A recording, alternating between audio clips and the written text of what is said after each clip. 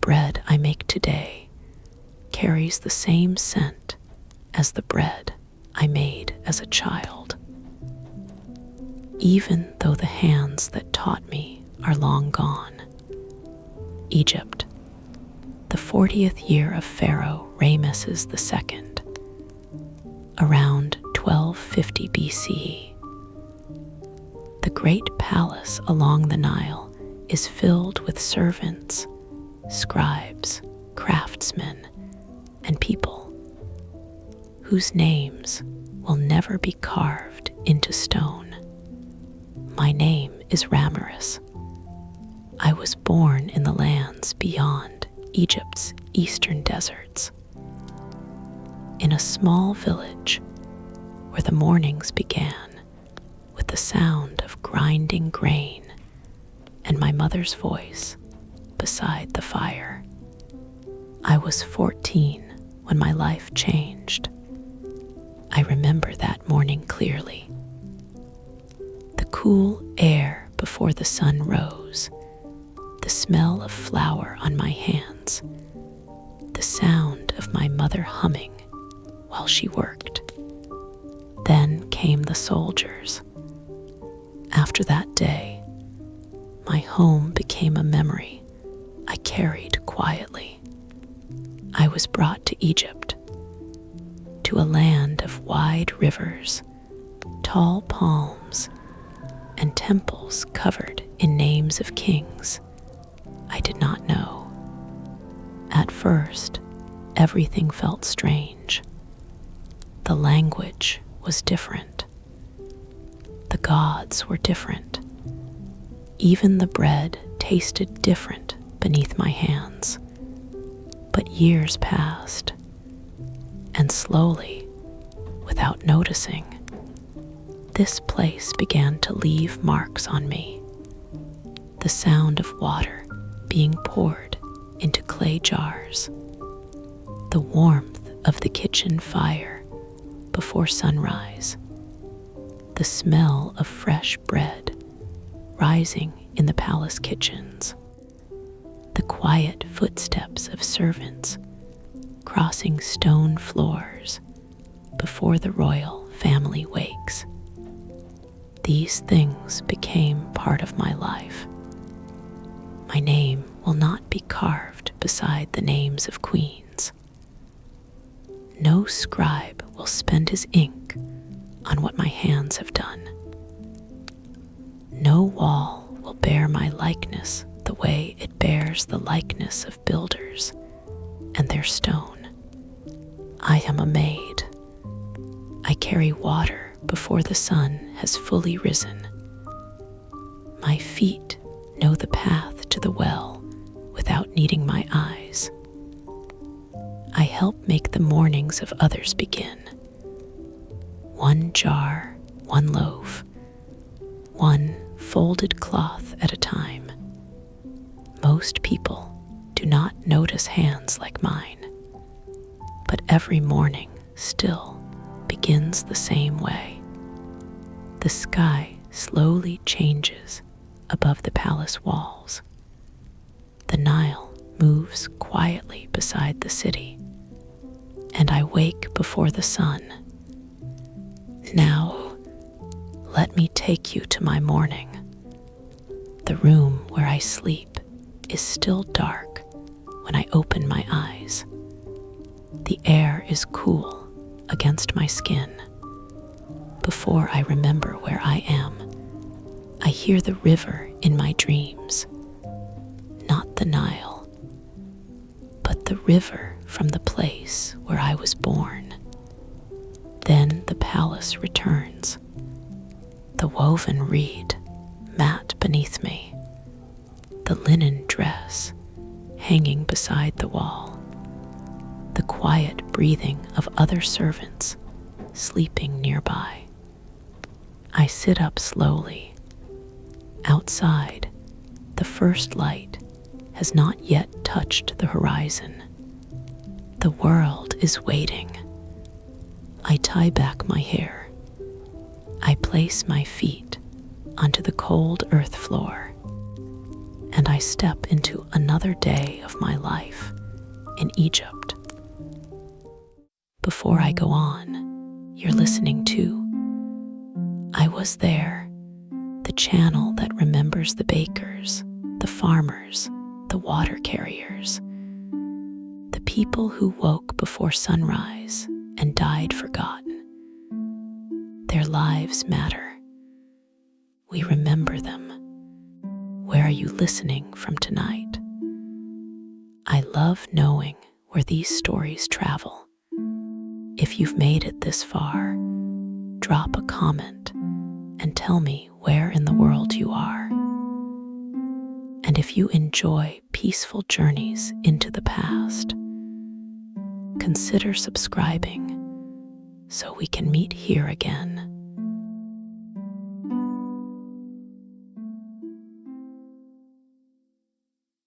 The first thing I notice each morning is the air. Before the sun rises above the palace walls, the world is still gentle.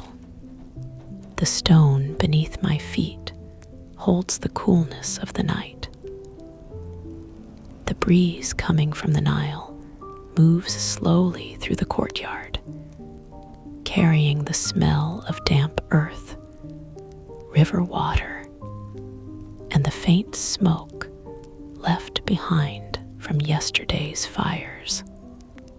This is the quiet hour, the hour before voices fill the halls, before servants hurry from one place to another, before the palace remembers that it is a place where everyone has something to do. I step outside with my empty clay jar resting against my hip. The sky above me is still a soft gray, slowly changing into pale gold. The date palms stand still in the distance, their leaves dark against the morning light. Beyond the palace walls, I can see only pieces of the world outside, the top of a palm tree, a thin line of smoke from a distant house, the first birds moving across the sky. The view from the other side of those walls stays just out of reach. Some mornings, I count the walk in my head instead. The days to the first hills, the days after that to the river I once knew.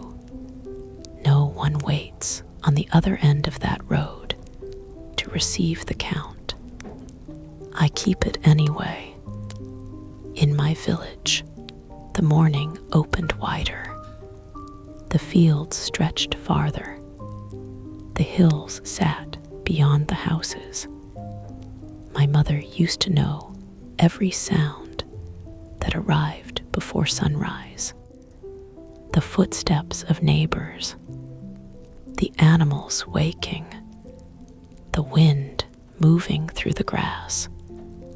Here, the sounds are different. The palace has its own morning voice. The quiet movement of servants, the scrape of sandals against stone, the soft calling of guards changing places, the distant sound of water being carried. I have learned these sounds. They are not the sounds of my childhood, but they are the sounds of my life now. I reach the well in the center of the courtyard. The stone around it has been worn smooth by countless hands. Hands of servants who carried water before me. Hands of women who washed clothes, prepared food, and cared for rooms that belonged to people whose names would be remembered. I lower the bucket slowly. The rope moves through my fingers.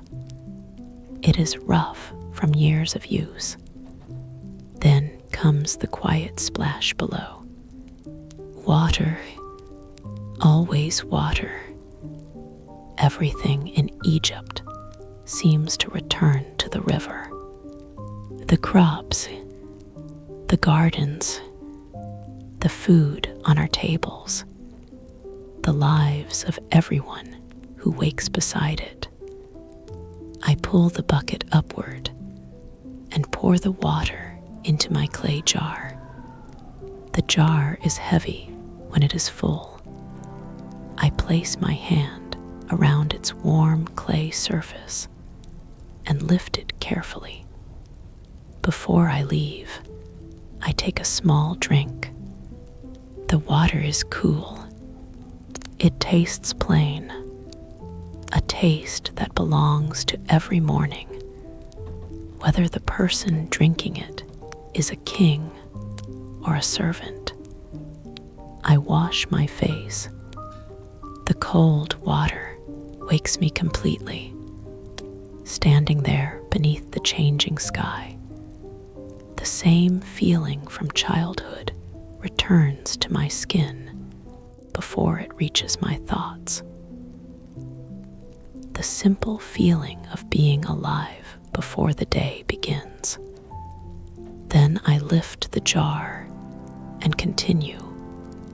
The women's quarters are quiet when I arrive. The walls are covered with painted plaster, showing flowers, birds, and scenes of abundance. The colors are softer in the early light. Blue lotus flowers seem almost to move beside the pools painted along the walls. I used to stop and look at these things. Now I mostly notice what needs to be done. A room needs water. A basin needs filling. A lamp needs cleaning. A garment needs folding. Small things, but a day is made from small things. The palace women begin waking as the sun rises higher. Some are Egyptian. Some came from distant lands. I hear different languages in the corridors. Words from Nubia, Canaan, and places farther north. Some of them are royal women. Some are servants. Some, like me, were brought here from somewhere else. The palace holds many lives inside its walls. I pass a young woman from the northern lands carrying folded linen. Her name is Tia. She has been here less time than I have. Every morning she struggles with Egyptian words, repeating them quietly to herself while she works. Sometimes she mixes them up. Sometimes she becomes frustrated. Yesterday, she accidentally called a bowl a basket and spent half the morning searching for something that was never missing. Today, she laughs about it before anyone else can. I will remember tomorrow, she tells me. I smile. I think tomorrow will remember you first. She laughs softly. It is a small moment. Nothing important. Nothing written down. But these are the moments that fill a life. Later, I enter the kitchen. The smell reaches me before the doorway. Smoke from the ovens, fresh dough, crushed herbs, onions cooking slowly over the fire. The kitchen is warmer than the courtyard, and the heat settles into my hands as soon as I begin working. This place is where I understand myself most. My hands already know what to do here, faster than my thoughts can catch up to them. Flour, water, salt, the same movements repeated until they become part of the body. The Egyptians make bread differently from my village, but grain is grain. A person still needs it. A fire still changes it. Someone still waits for it to rise. I place the dough onto the wooden surface and begin shaping it. The texture is familiar, soft beneath my fingers, a little rough from the emmer wheat, the same grain that has fed people along this river for generations. The kitchen women talk quietly as they work. One complains that the flies arrived too early this season. Another tells a story about her youngest child refusing to eat anything except dates for 3 days. Nobody is speaking about kings. Nobody is speaking about monuments. We are only people beginning another morning. I place the bread near the heat and watch the surface slowly change. The smell grows deeper, warm, earthy, comforting. I close my eyes.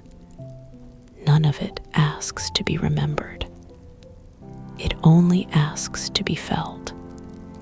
The warmth of the fire, the sound of dough being prepared beside me, the voices of women working together. This is my morning. This is where my hands are. When the bread is finished, I carry the prepared portions where they are needed. The palace will continue. The royal family will wake. The scribes will write. The guards will stand. The servants will move quietly through the halls. And tomorrow morning, before the sun rises, I will return to the well again. The rope will feel the same against my hands. The water will rise from the darkness. The sky will slowly become gold, and another day will begin. By the middle of the day, the palace changes. The gentle morning air disappears.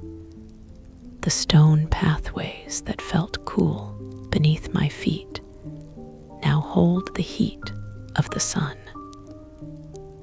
The walls seem to breathe warmth back into the courtyard, and even the shadows feel smaller.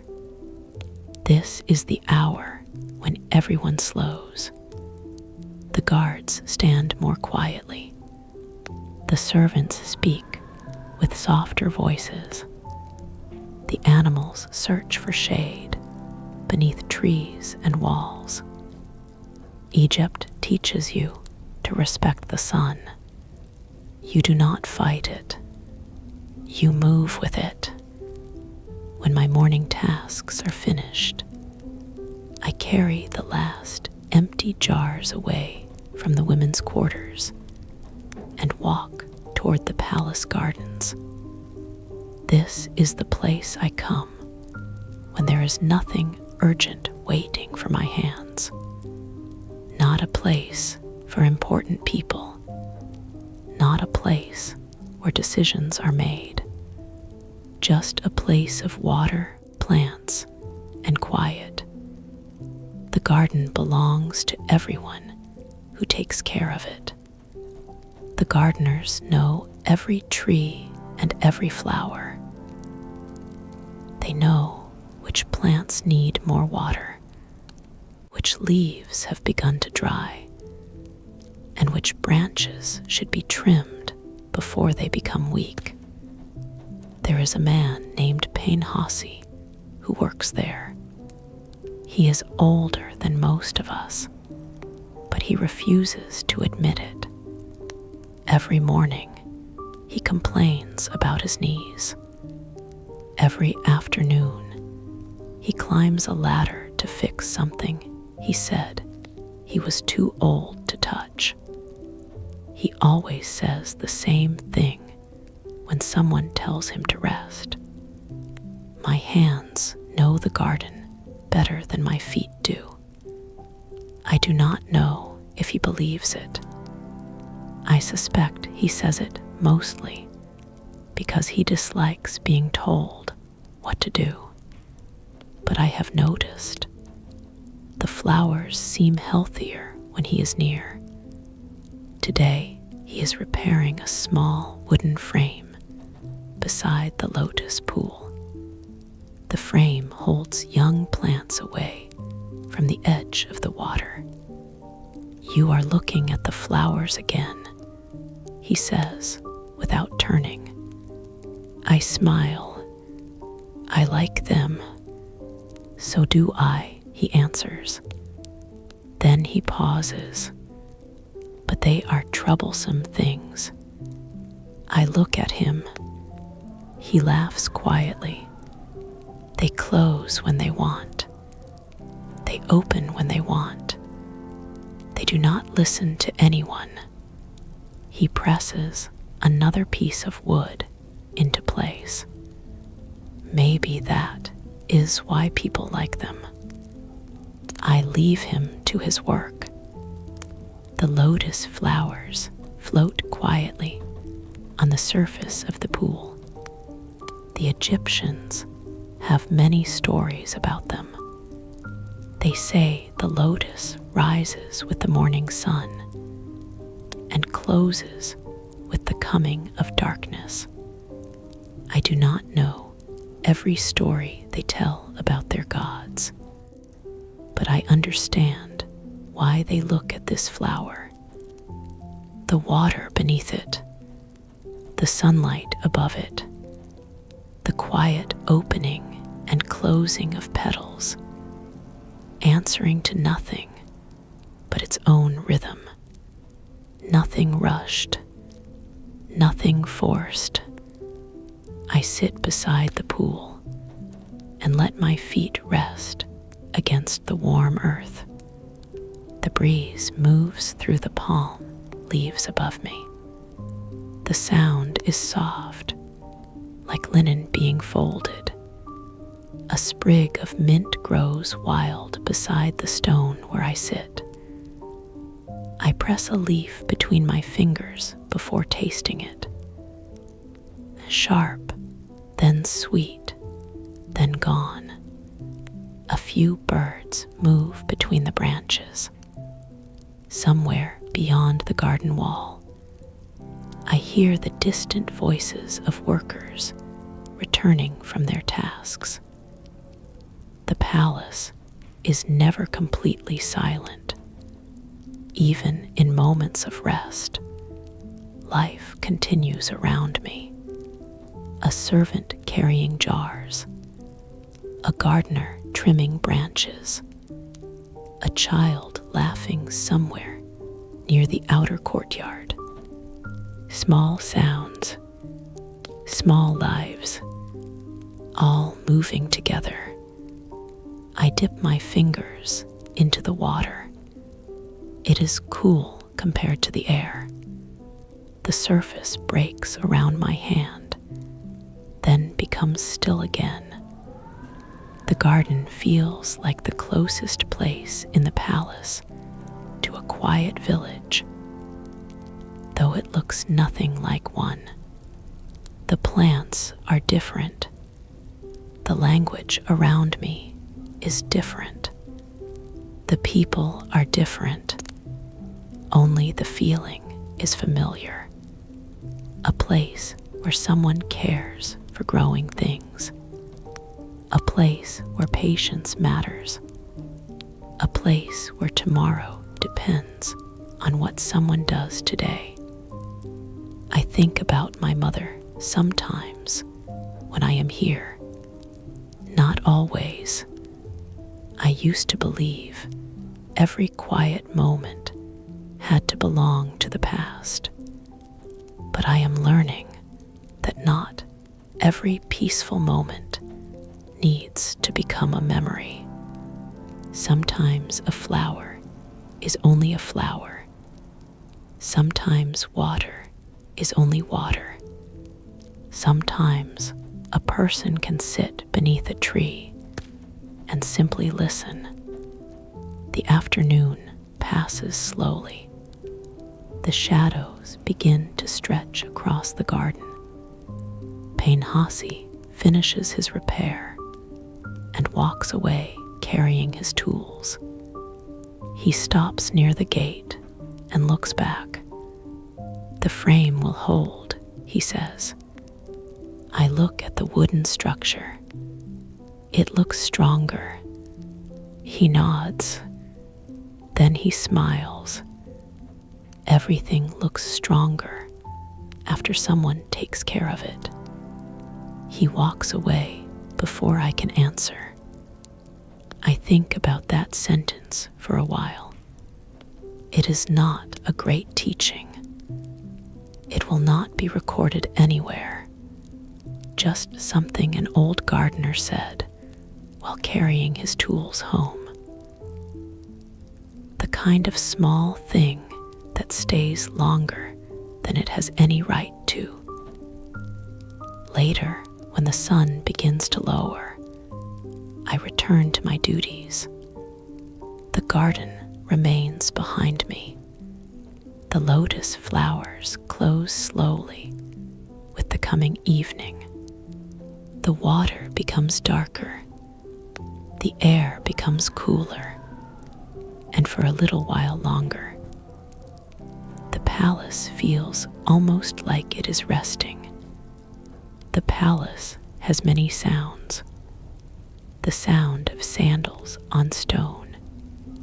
The sound of water being poured into clay jars.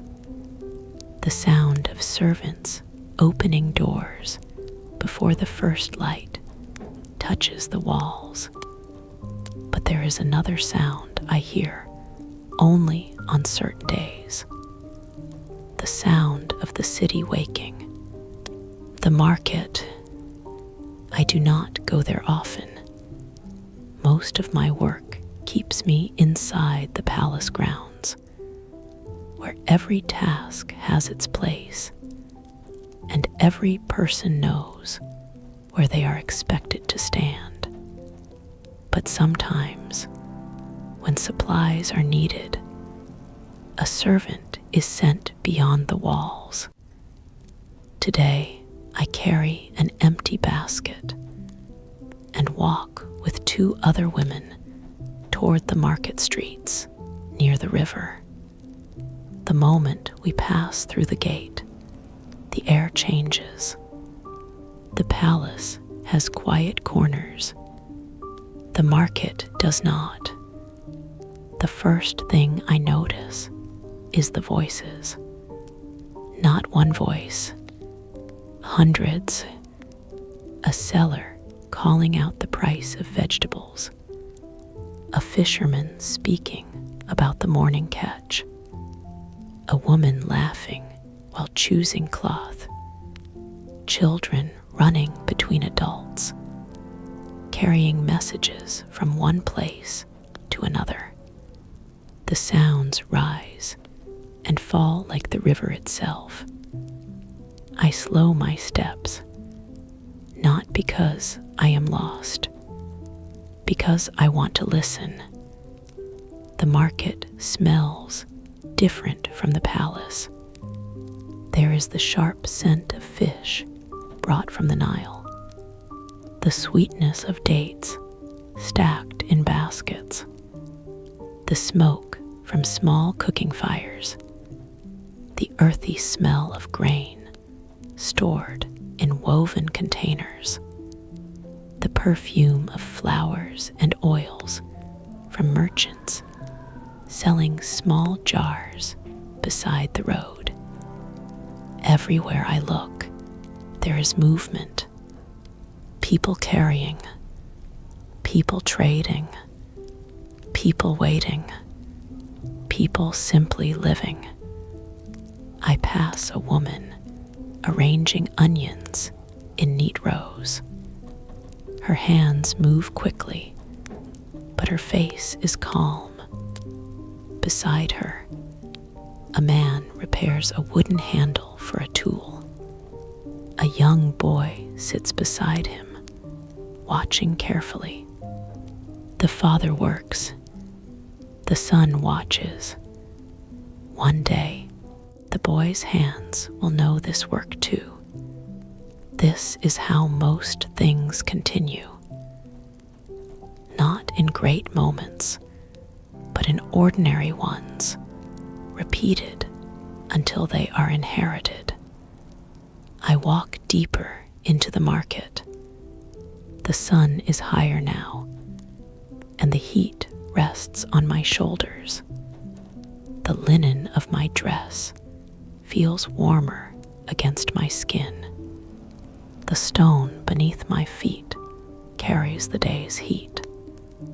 But nobody stops. The market moves because people need it to move. A palace can have gold. It can have painted walls and beautiful gardens, but it still depends on people like these. The farmers who bring grain, the fishermen who bring food from the river, the makers who shape things with their hands, the people whose names may never be written by a scribe. I stop near a cellar of spices. The smell reaches me before I even see the baskets. Coriander, cumin, dried herbs. I touch a pinch of cumin to my tongue without thinking. A habit from the kitchen, checking what I cannot yet season. The same smells that rise from the palace kitchens. I close my eyes. The market fades. The voices become softer. The footsteps become distant. I hear only the wind, the spices beneath my fingers, the warmth of the sun, and somewhere deep inside my memory, another morning, another place, a small kitchen, my mother's hands moving over a bowl of grain. But this time, I do not stay there. I open my eyes. The market returns. The voices, the colors, the river breeze. Egypt. I have learned something over these years. A place does not become yours all at once. It happens slowly. A familiar sound. A road you know without thinking. A person who smiles when they see you. A smell that tells your hands what comes next. Belonging seems to work this way for most people. Not arriving all at once, but collecting quietly, in pieces too small to notice, until they add up to somewhere. We finish our purchases before the sun reaches its highest point. On the way back, I carry a small bundle of herbs and grain. Nothing special, nothing valuable, but my hands know its weight. The same way they know the weight of a water jar. The same way they know the feeling of bread dough. The same way They know the work waiting for me when I return. As we approach the palace gates, the market sounds begin to fade behind us. The voices become quieter. The streets become emptier.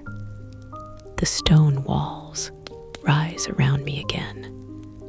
For many people, these walls would feel like a barrier, a place separating them from the world. But for me, they have become something more complicated, a place where I lost something, a place where I built something, a place where my days continue. That evening, after my duties are finished, I sit outside the servants' quarters. The sky darkens slowly above the palace. The last light rests on the walls. Around me, people prepare for sleep. Someone folds linen. Someone washes a cup. Someone quietly hums a song I do not know. I listen. I do not understand all the words, but I understand the sound. A person making a small piece of life in the place where they are. I look toward the direction beyond the walls, somewhere beyond the desert and the rivers.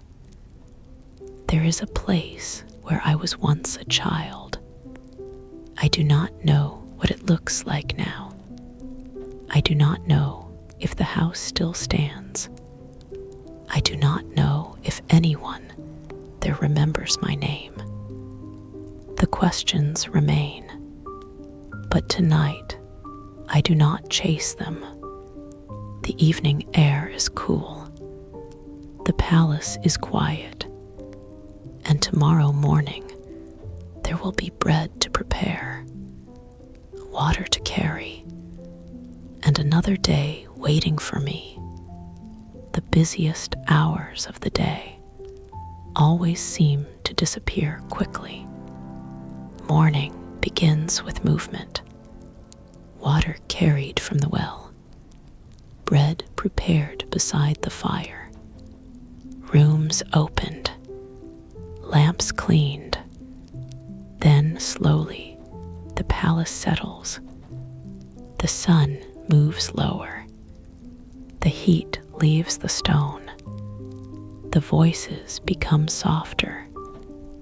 By late afternoon, the palace no longer feels like it is waking. It feels like it is breathing.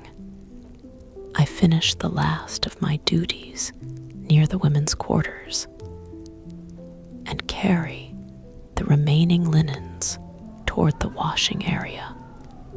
The cloth is lighter than the water jars I carry in the morning, but there is a different kind of patience in this work. Linen remembers everything: the dust of the road, the oil from someone's hands, the scent of flowers worn during ceremonies, the smoke from the kitchen fires. Every piece of cloth carries a little part of the day before it is washed clean again. I place the linen beside the water basin. The water reflects the fatting sky above me. Orange light, soft shadows, the first signs of evening. A young servant named Tia sits nearby, folding a smaller piece of cloth. She has been quieter today. I ask if something troubles her. She shakes her head. My brother's name Day is coming, she says. I wait. She smiles faintly. I was trying to remember if I still remember the song my mother used to sing. Her hands continue folding as she speaks. The cloth becomes a neat square beneath her fingers. "What happens if you forget a song?" I ask. She thinks for a moment. Maybe someone else remembers it. Then she laughs softly. Or maybe I make a new one. I smile. It is a simple answer, but I like it. Not everything lost has to disappear completely. Sometimes things change shape. The evening breeze moves through the courtyard. The smell of the garden reaches us. Water, flowers, warm earth cooling beneath the fatting sun. Nobody speaks for a while. The servants around us continue their work quietly. A woman sweeps the floor. A man carries empty jars back toward the storage rooms. Someone nearby closes a wooden door. The palace is still alive, but slowly becoming still. I finish folding the last piece of linen and return toward the inner courtyard. The walls glow softly in the evening light. The painted plaster is no longer bright like it was in the morning. The colors seem quieter now. The blue lotus flowers painted beside the walls almost disappear into shadow. I have learned that this palace changes with the light. In the morning, it feels like a place of beginnings. At night, it feels like a place holding thousands of small memories.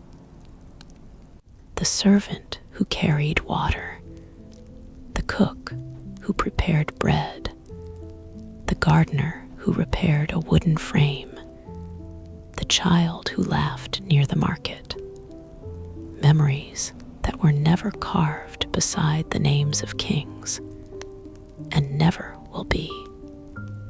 Most of these moments will never be written down, but they happened. I think that is enough. Later, when the evening meal is shared among the servants, I sit with the others in the courtyard. There is bread, dates, sweet enough to make the plain bread taste better beside them.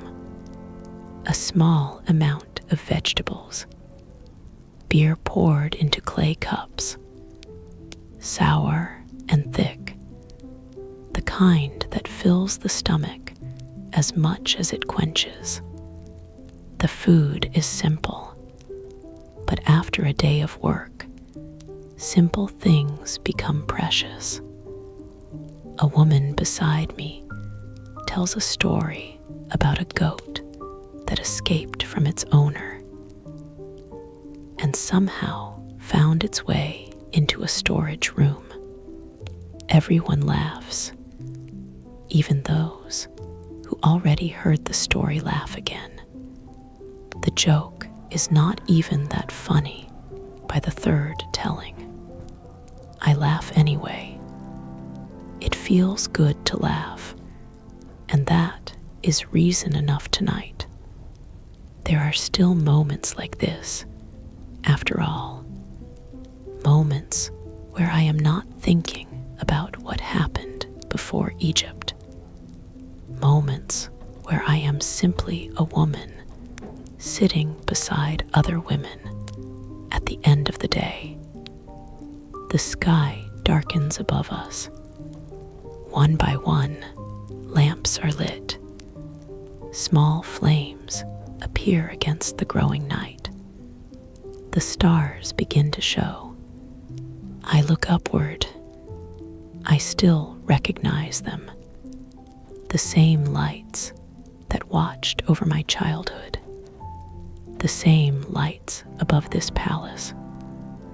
Home, I once thought, could only mean the place where I was born. Some things travel farther than people do, it turns out. A song, a memory, a way of making bread, a prayer whispered before sleep. Things carried quietly inside us. When the others begin returning to their rooms, I remain outside for a little longer. The courtyard is almost empty now. The air has cooled. The stone beneath me no longer holds the day's heat. Somewhere in the distance, the Nile moves in the darkness. Slow, steady, unhurried. I sit there and listen. No voices, no footsteps, no requests waiting for me. Only the night. Tomorrow, the palace will wake again. The well will wait. The kitchen fire will burn. The bread will rise, and my hands will return to the work they know. But tonight, for a little while, I simply sit beneath the Egyptian sky. Every day after my arrival in Egypt once felt like something only to endure. A day to survive, a day to finish, a day to let pass until another one came. But years have a strange way of changing things. At first, a place can feel like a prison. Then slowly, without asking permission, it becomes familiar. The morning comes.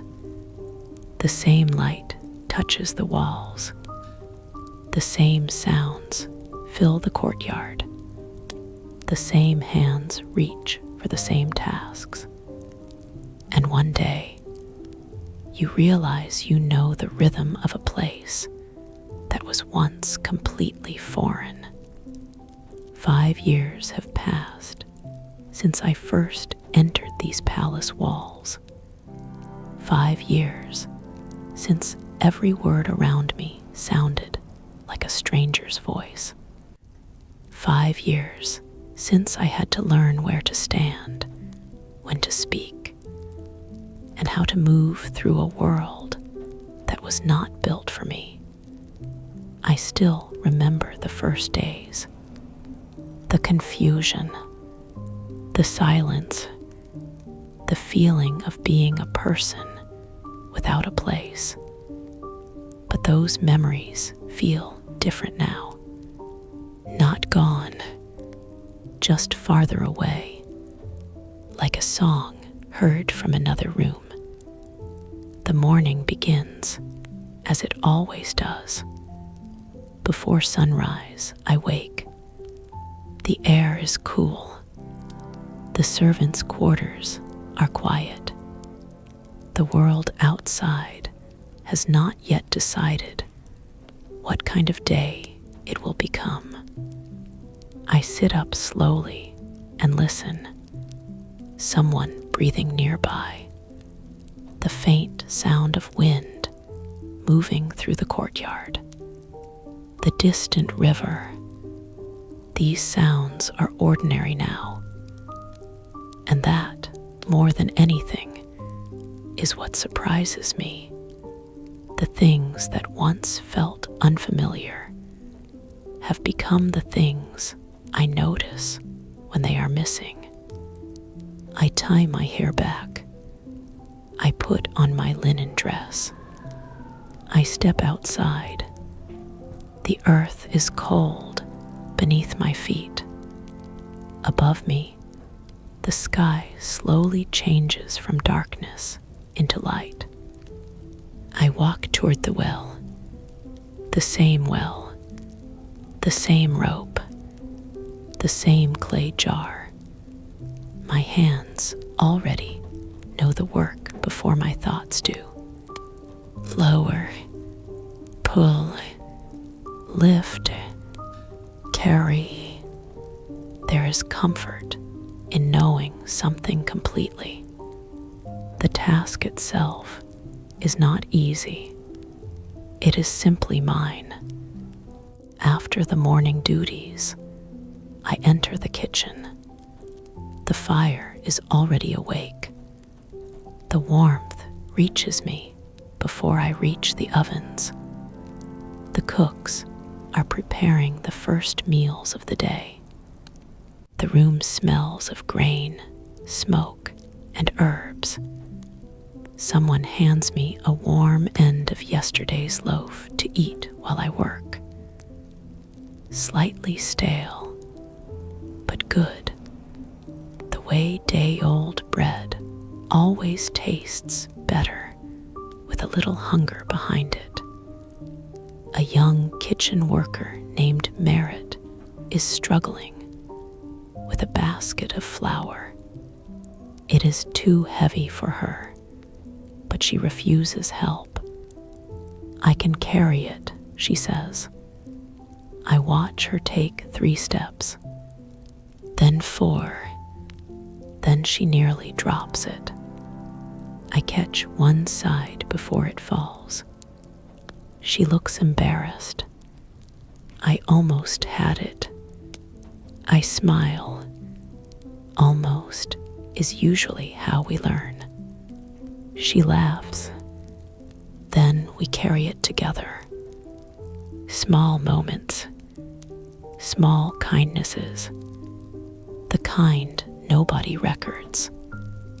But they are the things that make difficult places easier to live in. Later, I prepare bread. This has become my favorite part of the day. Bread does not care what a person carries inside her. It only asks for flour, water, patience, and gives back something whole in return. The dough changes beneath my hands. The dry grain becomes something soft. The simple ingredients become something that feeds another person. A person takes what the earth provides and with patience turns it into something meaningful. The way a life gets made too, maybe, out of things we never chose. A place, a time, a beginning. We work with what we are given. The way flour becomes bread, whether or not it asked to. In the afternoon, I return to the garden. The lotus flowers are open beneath the sunlight.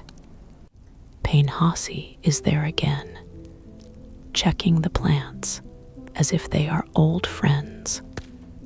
Still watching the flowers, he asks.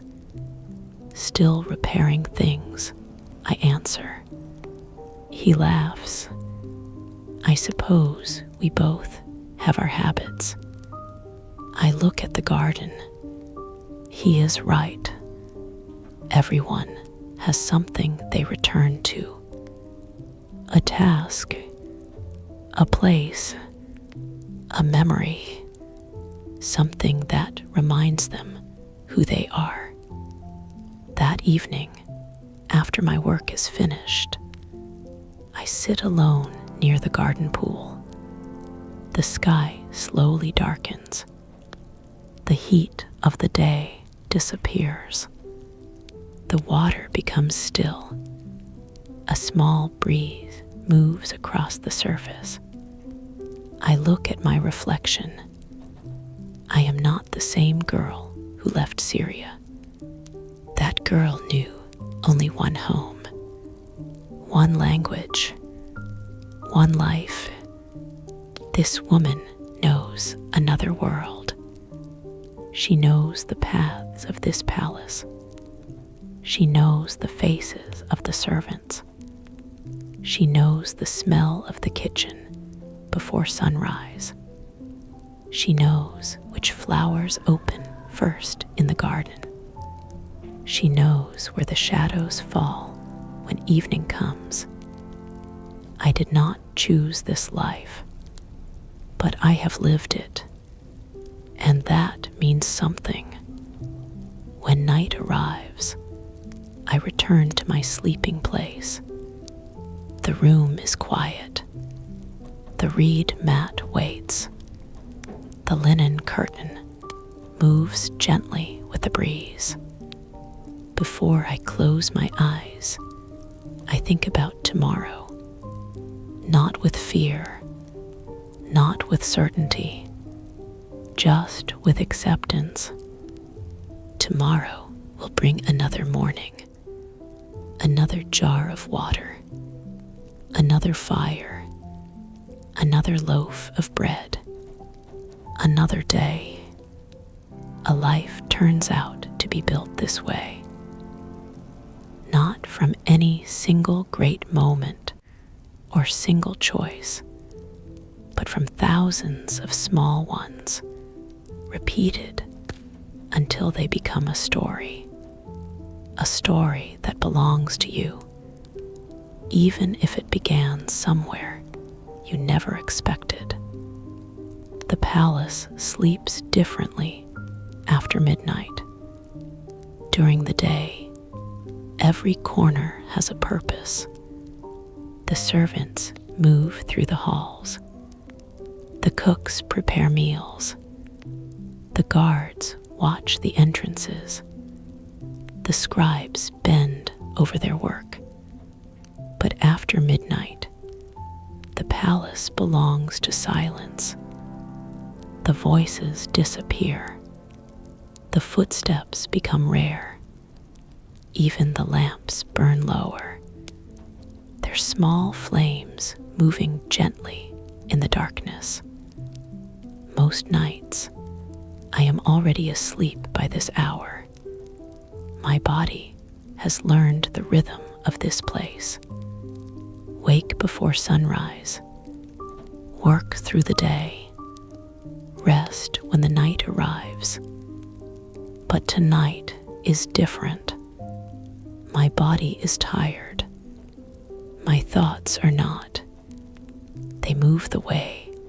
The Nile moves long after the rains have ended, with no reason left to keep moving and no sign of stopping. I lie on my reed mat and listen. The quiet sounds of the night, the wind moving through the courtyard, the distant movement of the guards, the faint sound of the river beyond the walls. Then I sit up. I do not know why. Walking might be all I want, or simply somewhere that is not my sleeping place for a little while. The palace corridors are dark as I move through them. The stone beneath my feet is cool. The air carries the smell of old wood, extinguished lamps, and the faint perfume left behind from the evening. No one stops me. No one calls my name. For once, the palace asks nothing from me. I reach the kitchen. The doorway is open. Inside, nothing. No voices. No fire.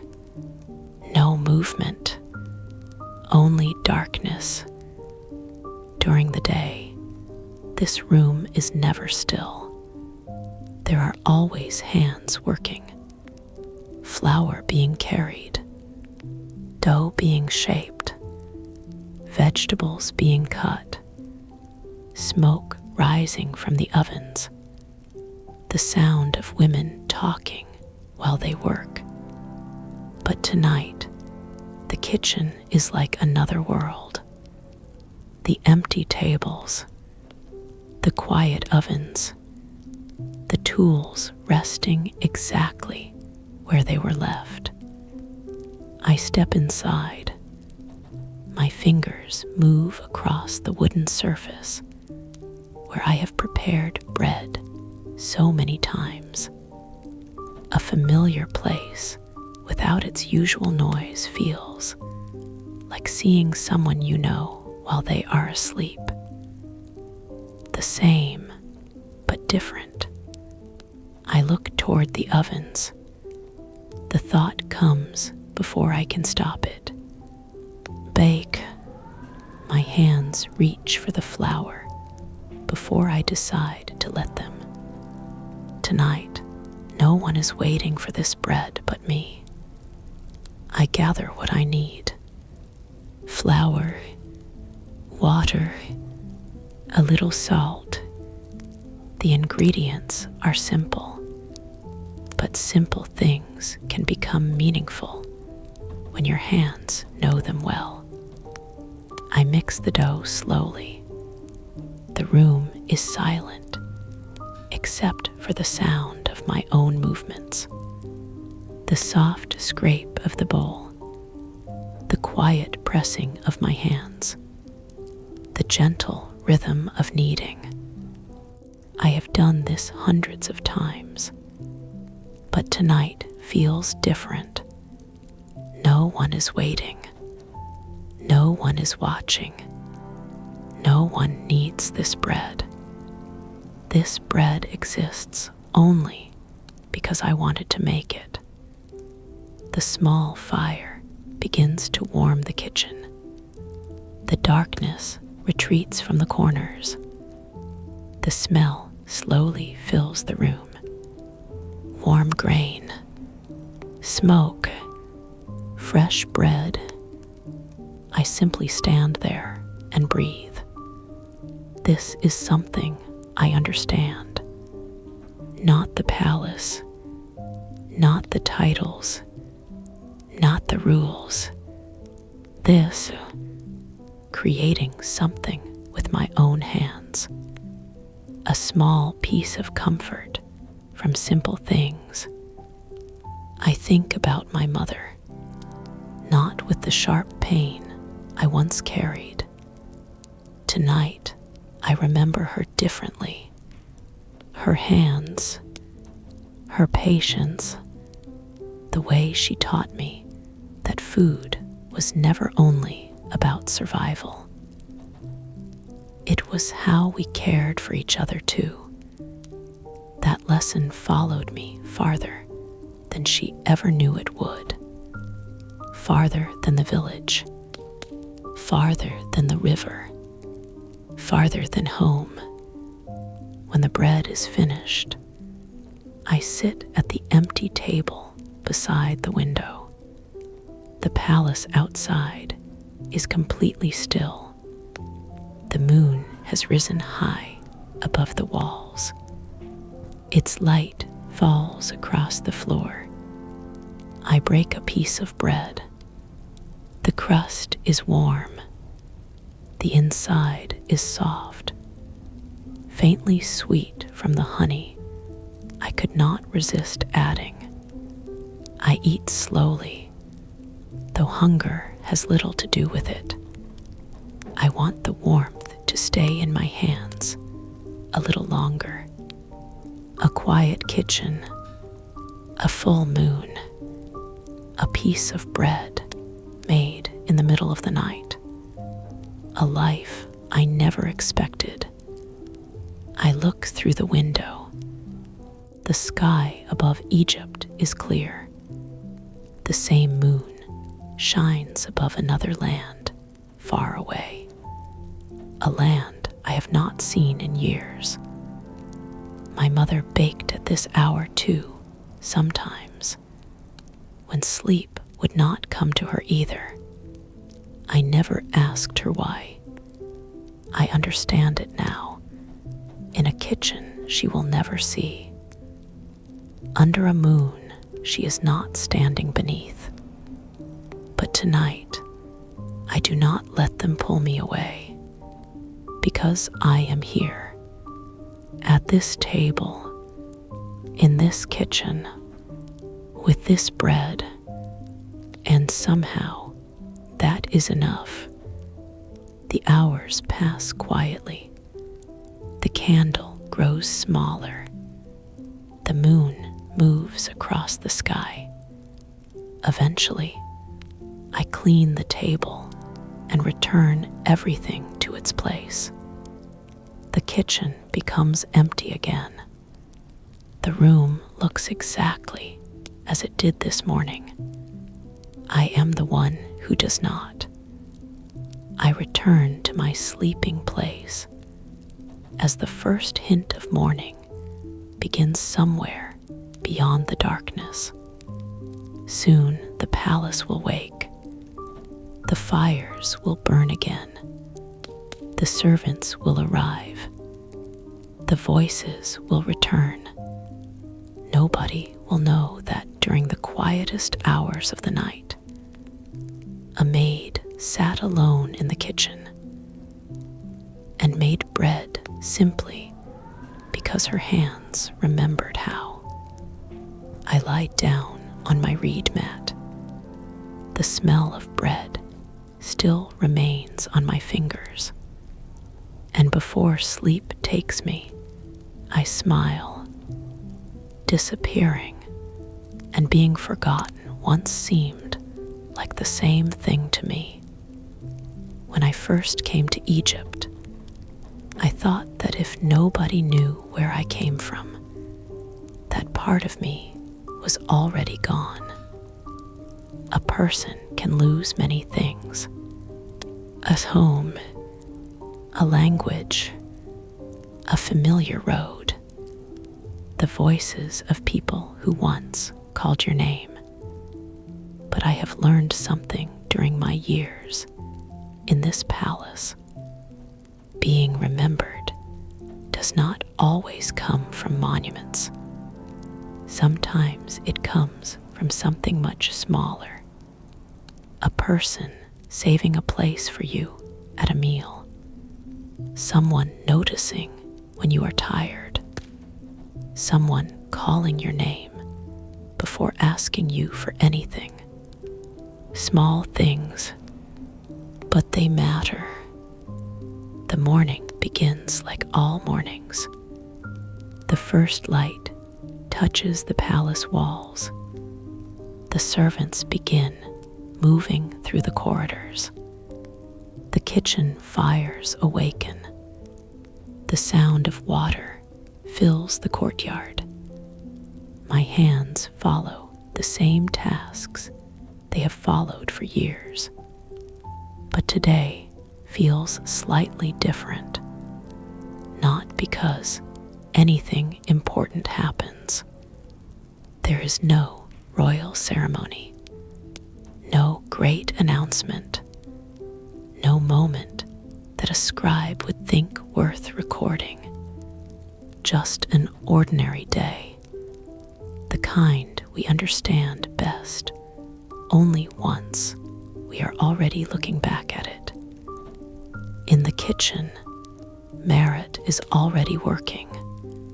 She is no longer the young girl struggling with heavy baskets. She has grown stronger, more confident.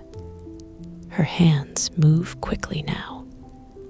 "You are slower today," she says when I enter. I look at her. Slower. She smiles. Only a little. I laugh. It surprises me. Sometimes laughter arrives before you remember you needed it. "You are becoming too confident," I tell her. She shrugs. "Someone taught me." I know what she means. Years ago, she was the one learning. Now someone else will learn from her. That is how knowledge survives. Not only through writing, through hands, through voices, through people passing something from one person to another. Later, Painhasi, the gardener, appears near the courtyard. He carries his tools as always, and as always he complains. "My knees are older than the pyramids," he says. I look at him. That cannot be true. He pretends to think. Only a little younger, maybe. I laugh. He smiles. The garden has changed since I first arrived. The plants are different. Some flowers have grown and disappeared. Some trees have become taller. But Painhasi is still there, still repairing, still caring, still pretending he is not attached to every living thing around him. That is his secret, I think. He gives care without expecting anyone to notice it.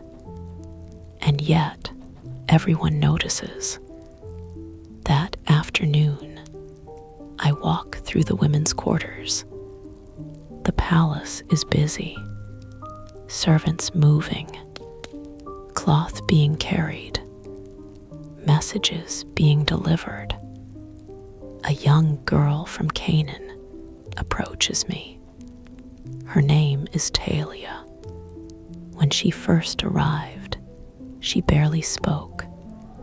She understood almost nothing around her. I remember seeing that same fear I once carried. The feeling of standing in a place where every sound belongs to someone else. Today, she stops me. Ramiris, she says.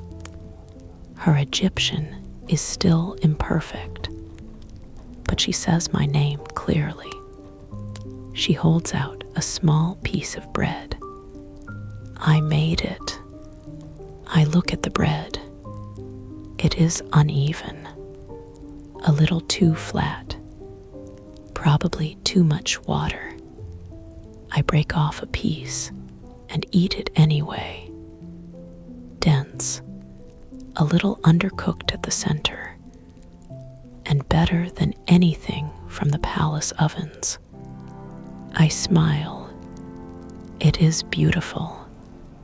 She knows I am being kind, but she smiles anyway.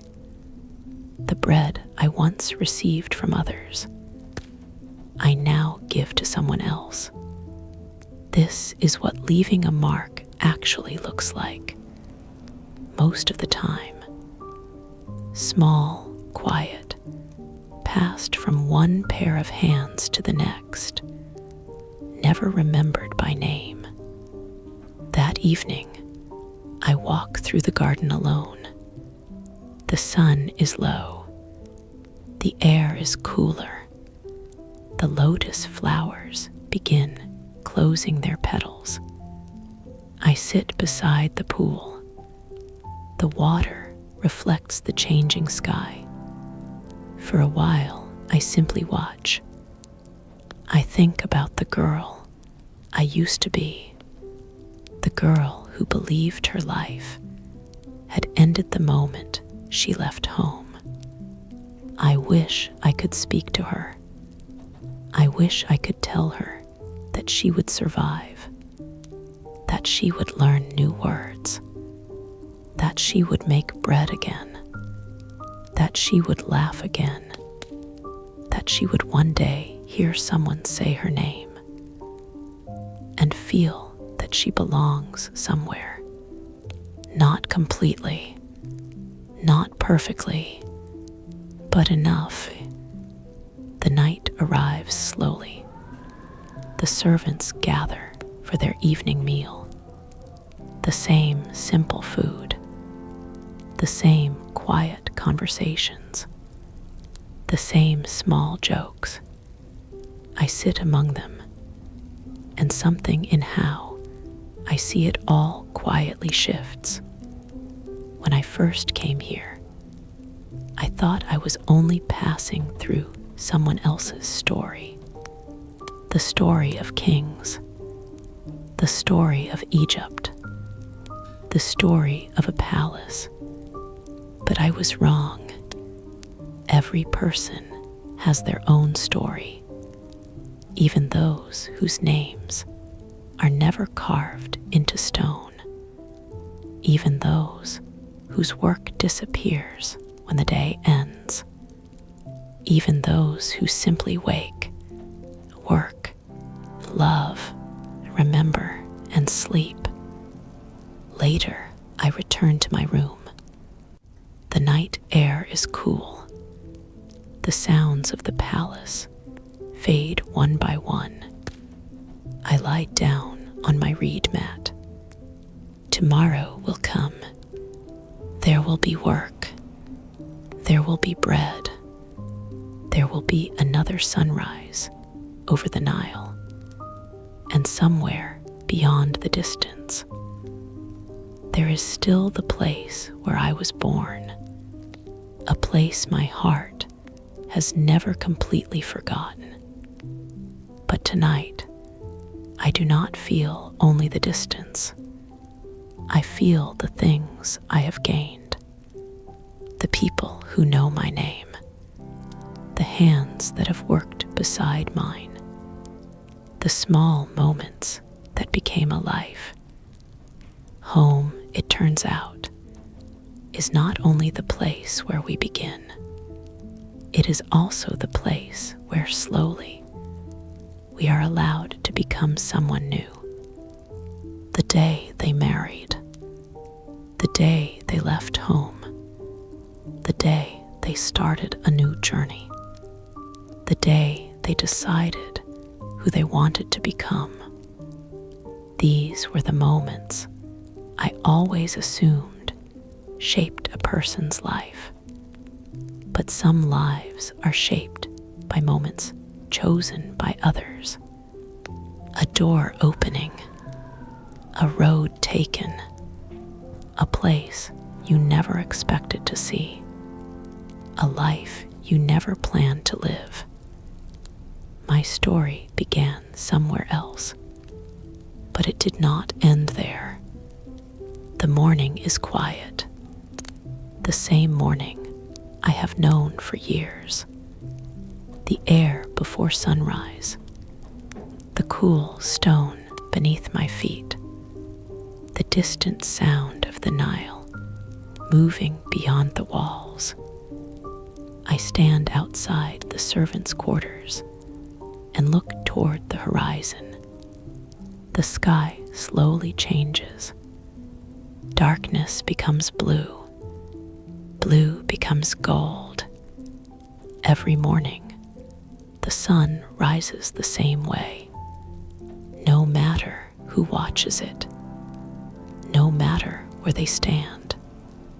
A farmer beside the fields, a fisherman beside the river, a servant inside a palace, a woman remembering a home far away. The sun does not ask where we belong. It simply rises. I walk through the palace one final time in my thoughts. The well in the courtyard, the kitchen where my hands learned new ways to make old things, the garden where I learned to sit quietly without needing to return to the past, the market where I heard thousands of lives moving together, the small corners where ordinary moments became memories. My life in Egypt felt, for a long time, like something separate from who I was underneath it. The girl from Syria on one side, the woman who lived here on the other. Two different people, I told myself. Two different stories. They were always the same story, though. I simply could not see it yet. The girl who learned to bake beside her mother became the woman who fed others in a foreign land. The girl who looked at distant hills became the woman who found peace beside a garden pool. The girl who lost a home became someone who learned how to create small pieces of home wherever she stood. I still miss Syria. I think I always will. There are some places that remain inside us. A road beneath our feet. A voice we remember. A smell carried by the wind. A room that exists only in our memories. My village crosses my mind more than I expect it to. Even now, are the trees still standing? Does the river still move the same way? Does someone walk past the places I knew without realizing how much they once meant to me? Those questions remain, and likely always will. But I have learned something about longing. It does not always disappear. Sometimes we simply learn how to carry it, like a small stone kept in a pocket, not heavy enough to stop us walking, but always there, a reminder of where we came from. The palace continues around me. The world does not stop for one person's memories. The kitchen fire burns. The servants begin their work. The gardeners tend the plants. The river continues its endless journey. Life moves forward, and I move with it. I do not know what the future holds. More years here, maybe, or a path that leads somewhere else entirely. The land of my childhood again, if I am fortunate, or only ever in my heart if I am not. Some things are not ours to decide, but this day, this moment, belongs to me. At midday, I prepare bread. No one has ordered it. No one is waiting for it. My hands simply still love the work. The dough rests beneath my fingers. The fire warms my face. I break off a warm piece before it has even finished baking. Too hot, too soft, exactly how I have always liked it best. The smell fills the kitchen. Around me, people continue their conversations. Merritt laughs at something someone says. Talia carefully shapes her own bread beside me. Painhasi complains somewhere outside about a plant that refuses to grow properly. The same small sounds, the same small lives. I am no longer only watching this world. I am part of it. That evening, I return to the garden. The lotus flowers are closing. The sky is painted with the last light of the day. I sit beside the water and watch the reflection above me. For years, I searched for the person I used to be, the girl who left home, the daughter who belonged somewhere else. But maybe I was never meant to find her again.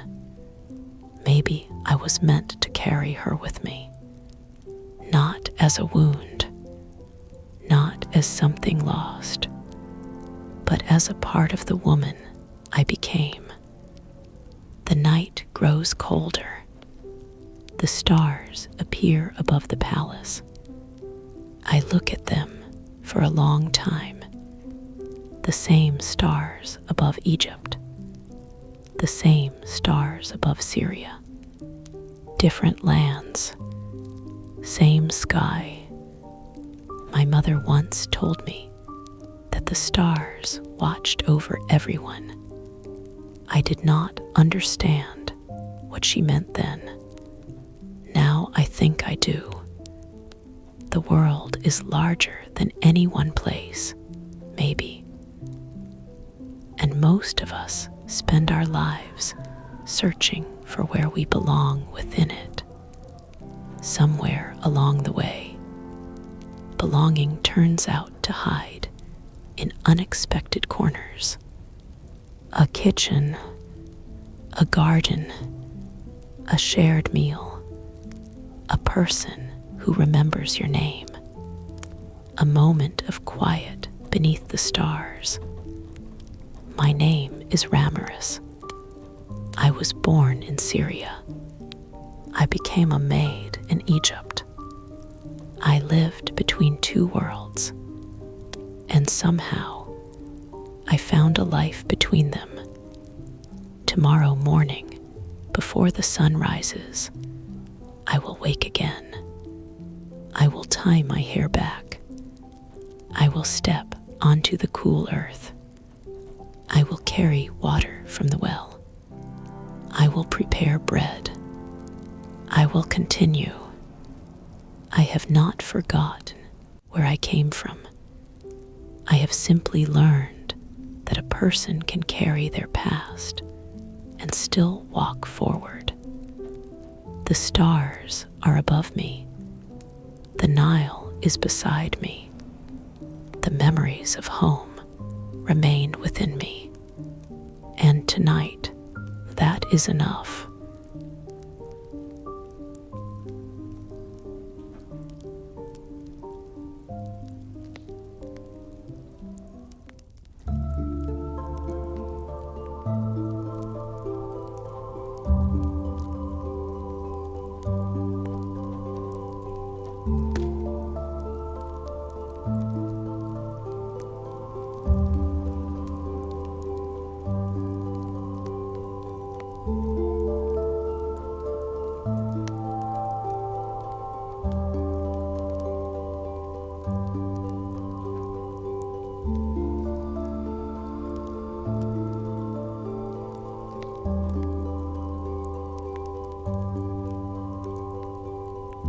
Silver water flows, quiet reeds sway slow. Moonlight on the sleeping village, ancient stone fields cold to touch. Home is resting now, quiet heads will bow. River whispers tell of yesterday, safe within the dark.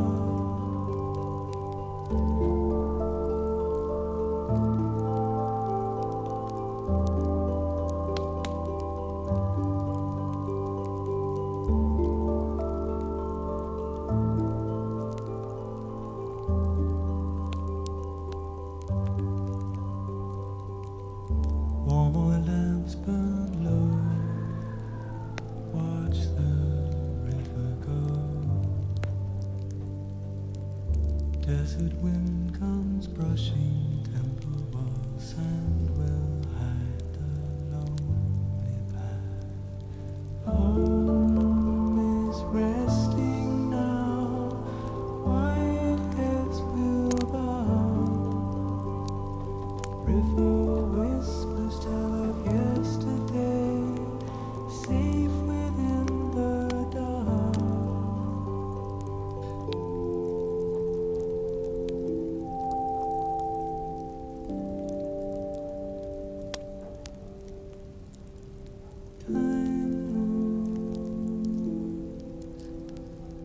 side.